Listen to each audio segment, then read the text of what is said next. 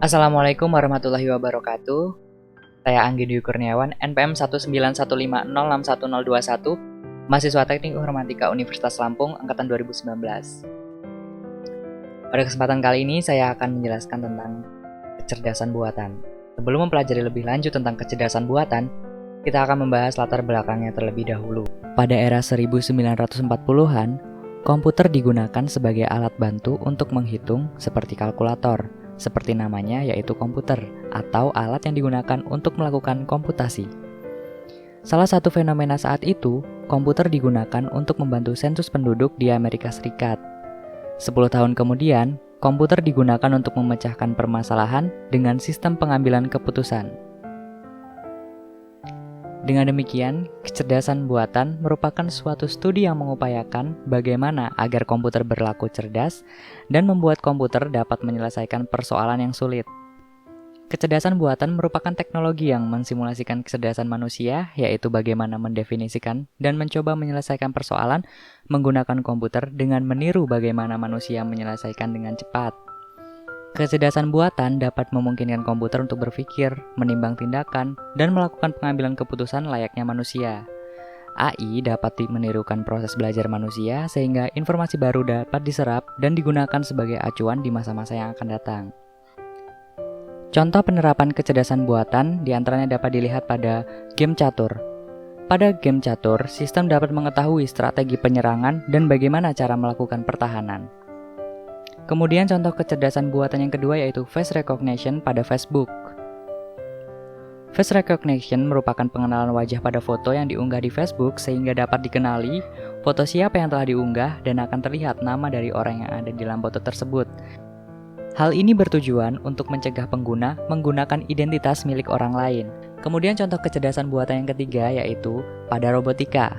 Robot merupakan sistem yang digunakan untuk membantu mengerjakan tugas manusia. AI pada robot dipasang untuk dapat melakukan pekerjaan layaknya manusia, mulai dari cara melakukan aktivitas hingga cara berpikirnya yang menyerupai manusia. Terdapat 4 kategori pada konsep dasar AI. Yang pertama yaitu acting humanly.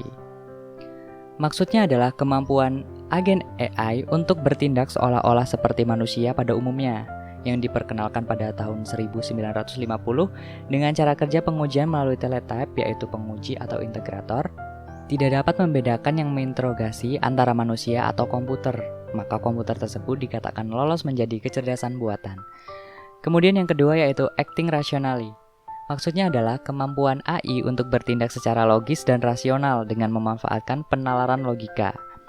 Contoh dari acting rationally adalah robot yang bekerja menggantikan posisi manusia sebagai pelayan atau melakukan suatu tugas yang terstruktur. Selanjutnya thinking humanly. Maksudnya adalah sebuah agen AI mampu mengekstraksi proses berpikir manusia menjadi sebuah model yang dapat digunakan untuk mengambil keputusan. Dan yang terakhir yaitu thinking rationally. Maksudnya adalah kemampuan AI untuk berpikir secara logis dan rasional dalam mengambil keputusan dengan penalaran logika. Contoh dari thinking rationally ialah expert system yang mampu melakukan pendeteksian penyakit. Lalu apa saja perbedaan antara kecerdasan buatan dengan kecerdasan alami? Kecerdasan buatan bersifat lebih permanen, sementara kecerdasan alami bersifat lebih kreatif. Kecerdasan buatan memberikan kemudahan dalam duplikasi dan penyebaran. Berbeda halnya dengan kecerdasan alamiah, yang tidak mudah untuk diduplikasi dan disebarkan karena mentransfer pengetahuan manusia dari satu orang ke orang lain membutuhkan proses yang sangat lama dan juga suatu keahlian itu tidak akan pernah dapat diduplikasi dengan lengkap. Kemudian kecerdasan buatan relatif lebih mudah daripada kecerdasan alamiah yang memiliki fokus yang luas sebagai referensi untuk pengambilan keputusan. Kecerdasan buatan lebih konsisten dan teliti, sementara kecerdasan alamiah memiliki kelemahan dalam menjalankan tugas-tugas tertentu. Selain itu, kecerdasan buatan dapat didokumentasikan dan dapat mengerjakan beberapa task atau tugas dengan lebih cepat dan lebih baik dibandingkan manusia. Berbeda halnya dengan kecerdasan alami yang lebih lama dalam mengeksekusi tugas-tugas. Bentuk fisik dari kecerdasan buatan adalah kode-kode komputer seperti software lainnya. Lalu apa sih bedanya dengan software-software tersebut? Perbedaannya adalah pada proses belajarnya. Hal ini dapat dijelaskan melalui perumpamaan. Ketika baru lahir, seorang bayi tidak mengetahui apa yang ada di sekitarnya. Mereka hanya bisa menangis, makan, dan tidur. Namun, selama itu, setiap harinya otak bayi terus belajar dan bekerja. Sebagian otak besar bayi tersebut mencari pola kejadian-kejadian di sekitarnya. Mereka terus mencari secara berulang, dan apa yang dipelajari akan disimpan sebagai sambungan-sambungan baru pada neuron di otak kita. Proses belajar pada kecerdasan buatan sama seperti manusia. Bedanya, pola yang diamati disimpan dalam model matematika sederhana yang memiliki bentuk yang sama dengan bentuk neuron pada otak manusia. Model matematika ini sering disebut sebagai Artificial Neural Network. Ia akan belajar dengan mengamati pola-pola pada informasi yang diberikan kepadanya.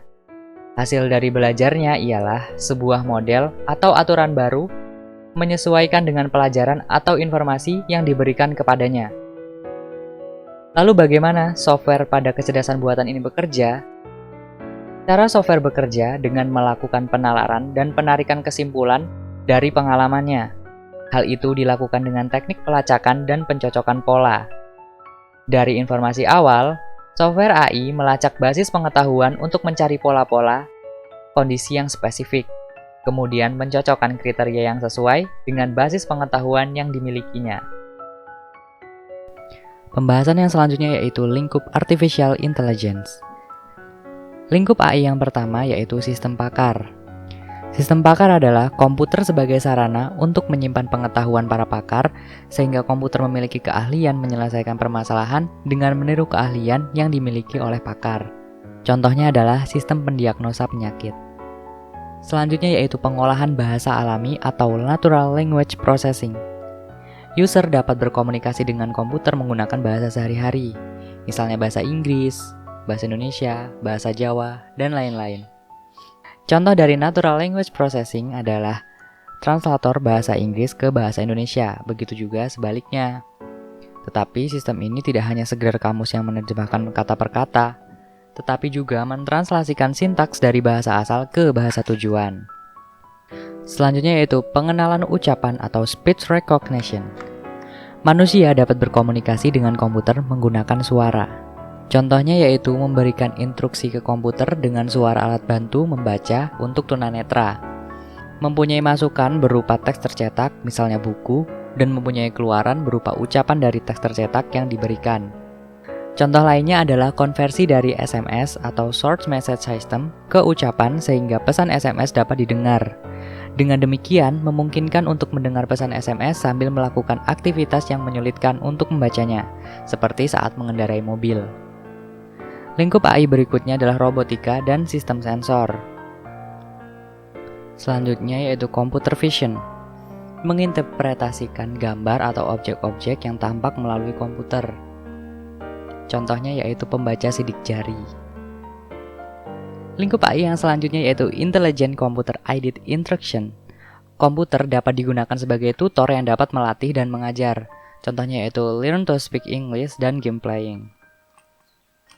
Selanjutnya saya akan membahas tentang representasi pengetahuan. Apa sih pengetahuan itu? Pengetahuan adalah kemampuan untuk membentuk model mental yang menggambarkan objek dengan tepat dan mempresentasikan dalam aksi yang dilakukan terhadap suatu objek. Representasi pengetahuan adalah metode yang digunakan untuk mengodekan pengetahuan dalam sebuah sistem pakar yang berbasis pengetahuan. Representasi pengetahuan dapat diprogramkan dengan beragam bahasa komputer yang ada dan dapat disimpan dalam memori. Representasi pengetahuan dirancang sedemikian rupa sehingga fakta dan pengetahuan lainnya dapat dimanfaatkan untuk penalaran. Terdapat dua bagian dasar sistem kecerdasan buatan. Yang pertama yaitu basis pengetahuan, yang berisi fakta tentang objek-objek dalam domain yang dipilih dan hubungan di antara domain-domain tersebut. Kemudian yang kedua yaitu inferensi engine, merupakan sekumpulan prosedur yang digunakan untuk menguji basis pengetahuan dalam menjawab suatu pertanyaan, menyelesaikan masalah, atau membuat keputusan. Pada representasi pengetahuan terdapat beberapa bagian, di antaranya aturan produksi, representasi logika, jaringan semantik, list dan tree, frame, dan script. Yang pertama yaitu representasi logika. Logika adalah bentuk representasi pengetahuan yang paling tua. Proses logika adalah proses membentuk kesimpulan atau menarik suatu inferensi berdasarkan fakta yang telah ada. Input dan proses logika berupa premis atau fakta-fakta yang diakui kebenarannya. Sehingga dengan melakukan penalaran pada proses logika, dapat dibentuk suatu inferensi atau kesimpulan yang benar juga. Terdapat dua penalaran yang dapat dilakukan untuk mendapatkan konklusi.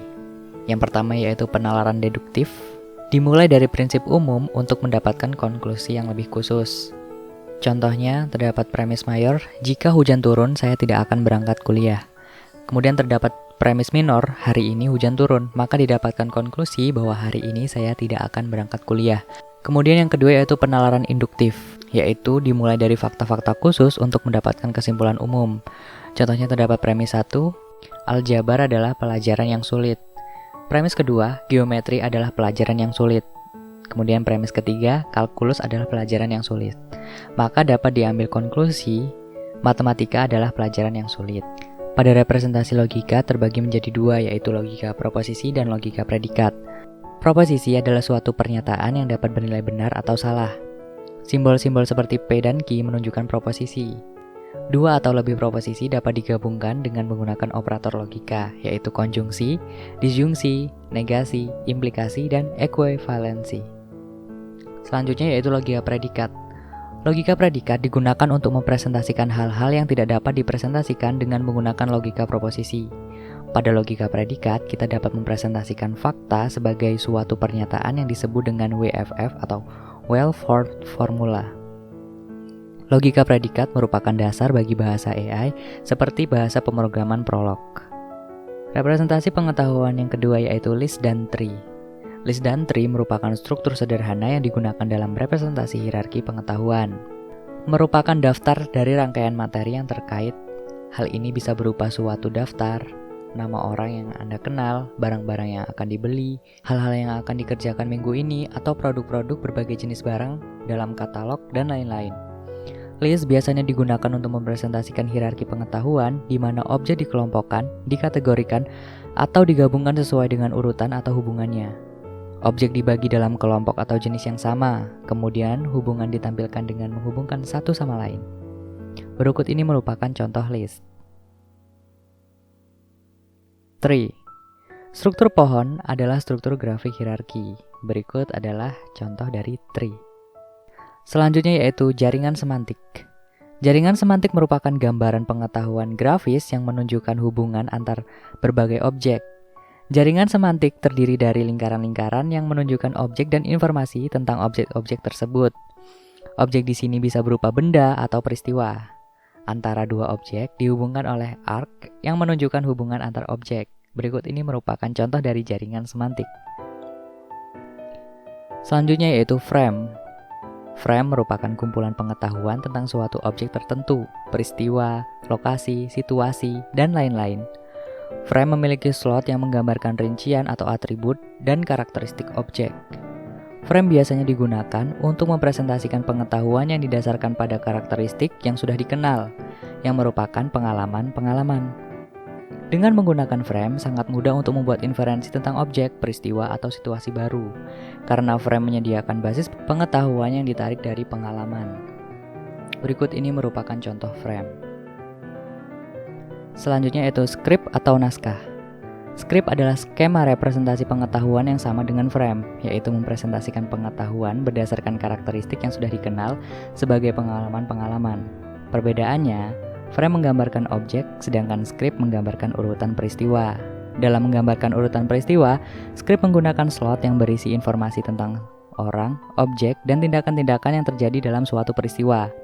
Elemen-elemen dalam script meliputi kondisi input, yaitu kondisi yang harus dipenuhi sebelum terjadi atau berlaku suatu peristiwa dalam script. Kemudian ada track, yaitu variasi yang mungkin terjadi dalam suatu script. Kemudian prop, berisi objek-objek pendukung yang digunakan selama peristiwa terjadi. Selanjutnya, role, yaitu peran yang dimainkan oleh seseorang dalam peristiwa. Kemudian skin, yaitu adegan yang dimainkan yang menjadi bagian dari suatu peristiwa. Dan yang terakhir yaitu hasil atau kondisi yang ada setelah urutan peristiwa dalam skrip terjadi. Contoh dari skrip ialah kejadian pada ujian akhir semester. Jalur atau tracknya adalah ujian tertulis mata kuliah kecerdasan buatan. Kemudian perannya adalah mahasiswa dan pengawas. Prop atau pendukung, lembar soal, lembar jawaban, presensi, pena, dan lain-lain. Kondisi inputnya, mahasiswa terdaftar untuk mengikuti ujian. Terdapat beberapa adegan atau scene untuk mendapatkan hasil. Yang pertama yaitu persiapan pengawas. Di sini pengawas menyiapkan lembar soal, lembar jawaban, dan lembar presensi. Adegan yang kedua, mahasiswa memasuki ruangan. Adegan yang ketiga, mahasiswa mengerjakan soal ujian. Adegan yang keempat, mahasiswa telah selesai ujian. Dan adegan yang terakhir, mahasiswa mengemasi lembar jawaban. Dan akan mendapatkan hasil, mahasiswa merasa senang dan lega, mahasiswa merasa kecewa, mahasiswa pusing, mahasiswa memaki-maki, dan mahasiswa sangat bersyukur karena telah menyelesaikan ujian. Kemudian representasi pengetahuan yang terakhir yaitu sistem produksi atau aturan produksi.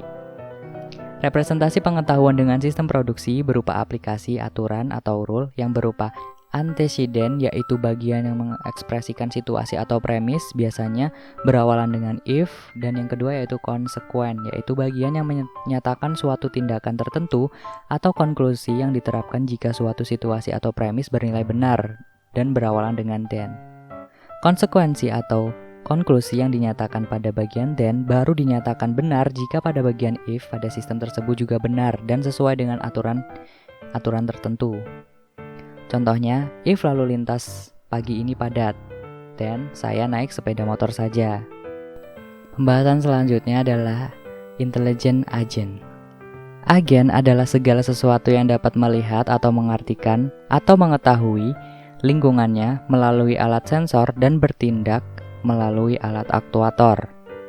Terdapat beberapa kemungkinan agen. Yang pertama ialah manusia sebagai agen, memiliki mata, telinga, dan organ lainnya sebagai sensor. Tangan, kaki, mulut, dan bagian tubuh lainnya bertindak sebagai akuator. Kemudian yang kedua yaitu robot sebagai agen. Robot memiliki kamera dan penjejak inframerah sebagai sensor, dan berbagai motor penggerak sebagai akuator. Dan selanjutnya software sebagai agen. Tekanan pada keyboard, isi file, dan paket-paket pada jaringan sebagai masukan sensor. Tampilan pada layar, penulisan file, dan pengiriman paket jaringan sebagai keluaran aktuator. Fungsi agen adalah pemetaan dari urutan persepsi menjadi tindakan. Program agen berjalan pada arsitektur fisik. Untuk menghasilkan fungsi agen ialah gabungan dari arsitektur dan program. Sebuah agen haruslah mengarah kepada lakukan hal yang benar, berdasarkan kepada apa yang dapat dipahaminya dan tindakan yang dapat dilakukannya. Tindakan yang benar adalah tindakan yang akan menyebabkan agen tersebut paling berhasil. Pengukuran performance merupakan sebuah kriteria objektif untuk keberhasilan sebuah perilaku agen. Misal, ukuran performance dari sebuah agen vacuum cleaner dapat berupa besarnya jumlah debu yang dibersihkan, jumlah waktu yang dihabiskan, jumlah listrik yang dikonsumsi, jumlah kebisingan yang dihasilkan, dan lain-lain. Selanjutnya yaitu task environment. Ketika ingin merancang sebuah agen, maka kita harus menjabarkan lingkungan masalah atau task environment-nya, yang terdiri dari performance measure, yaitu komponen keberhasilan sebuah agen, kemudian environment atau kondisi di sekitar agen, aktuator atau segala sesuatu yang dapat dilakukan si agen, dan sensor atau segala sesuatu yang menjadi alat input si agen atau biasanya dikenal sebagai PEAS. Contohnya agen sistem diagnosis medis. Performance measure-nya ialah kesembuhan pasien, biaya minim, dan sengketa.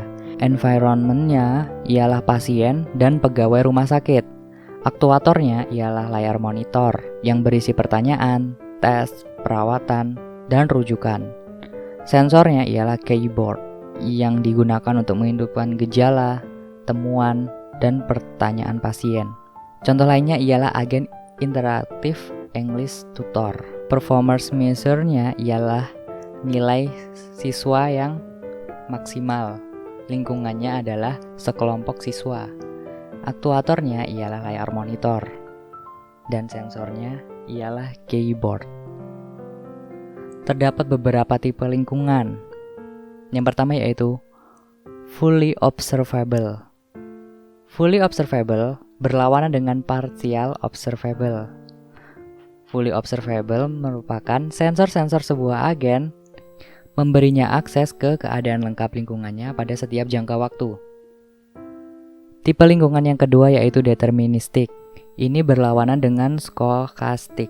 Deterministik memiliki pengertian keadaan lingkungan berikutnya sepenuhnya ditentukan oleh keadaan sekarang dan tindakan yang dilaksanakan oleh agen.